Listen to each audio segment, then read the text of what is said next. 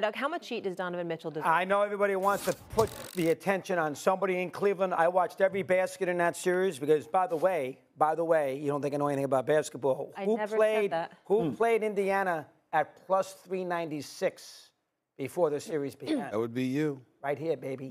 Okay. Christopher Michael. Yes, sir. I don't know gambling terms, Mad Dog. I ain't know That's a good return. Yeah, I ain't know you bet gambling 100, terms. you win 396. Okay, I got it Add now. a few zeros and you get the answer. Got it.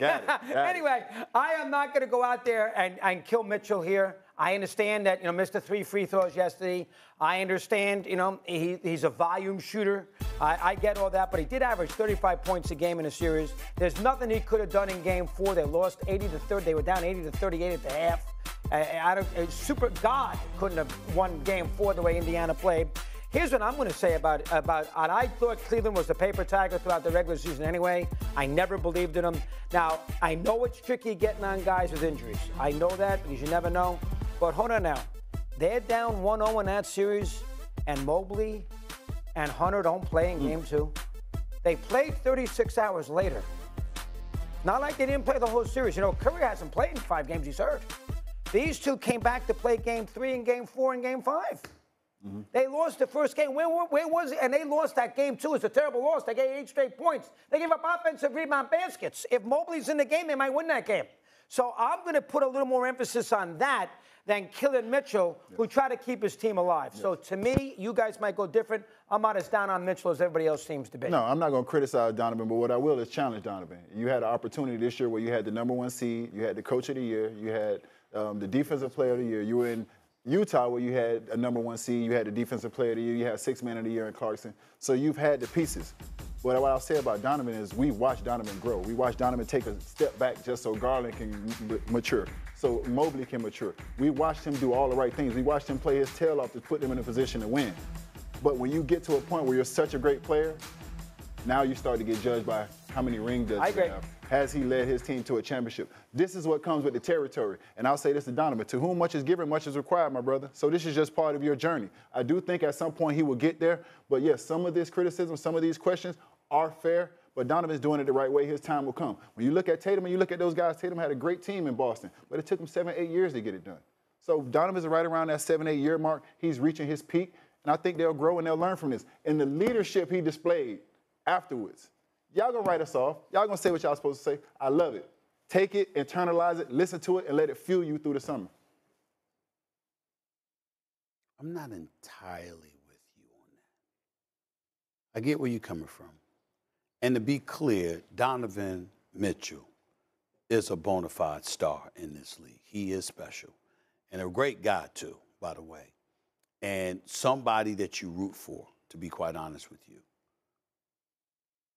But at some point in time, you are now 0-4 in conference semifinals games.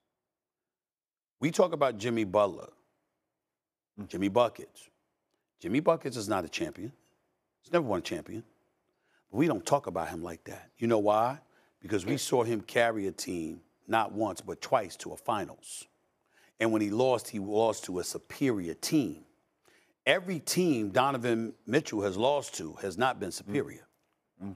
There are times where you expected him to win. When he lost the series to the Clippers, there were expectations.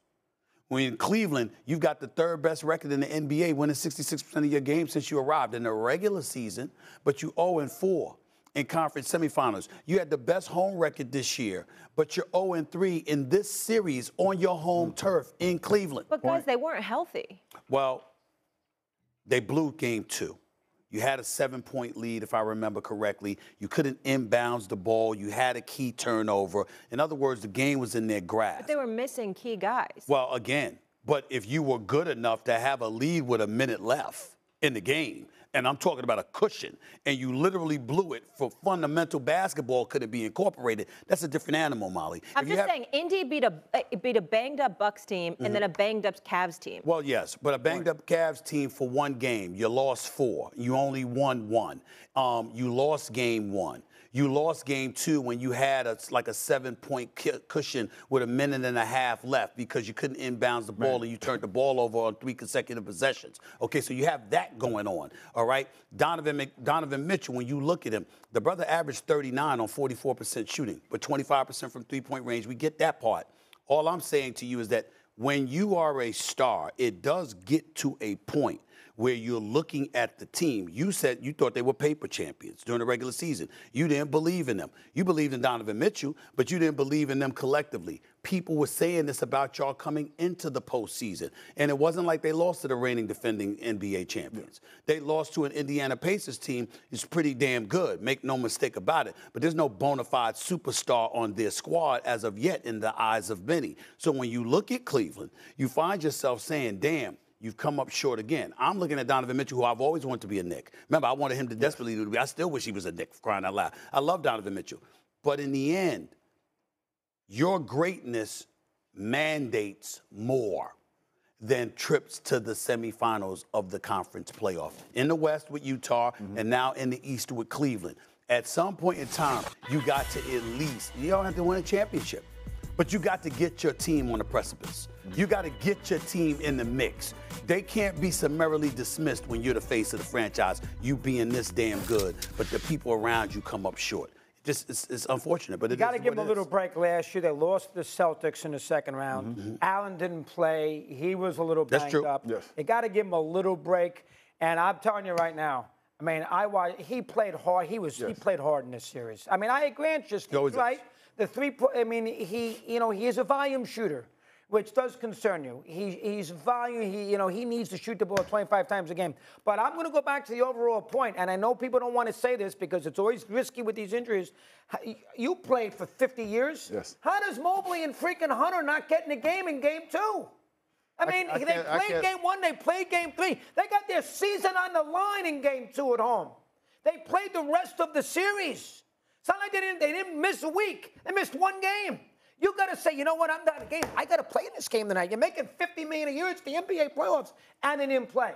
That could have been as big a reason why they lost the series as anything, Steve. Yeah. Maybe those two win the game. They're 1-1, and we're having a different conversation. Yeah.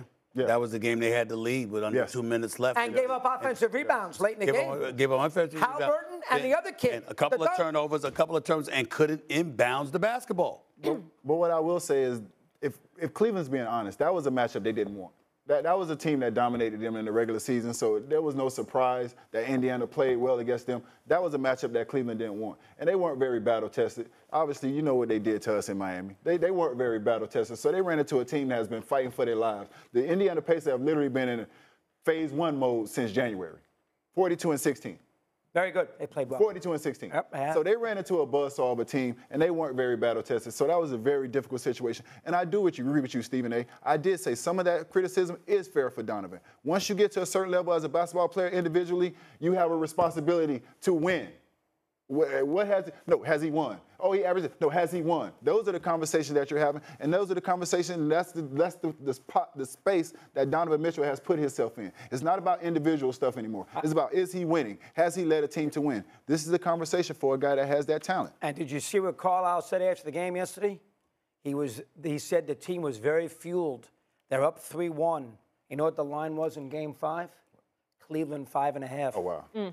And he said our guys were annoyed by that after the game, which I found was interesting. How were they favored by 5.5 in game 5 down 3 games to 1? You tell me, Stevie, how you favor them if you're the bookies? You're right. We got to leave it there. When we come back, we'll get into the West. Nikola Jokic went off last night, but it wasn't enough as Denver collapsed late. Kendrick Perkins with some criticism, but is it fair? We react next with Brian Windhorst.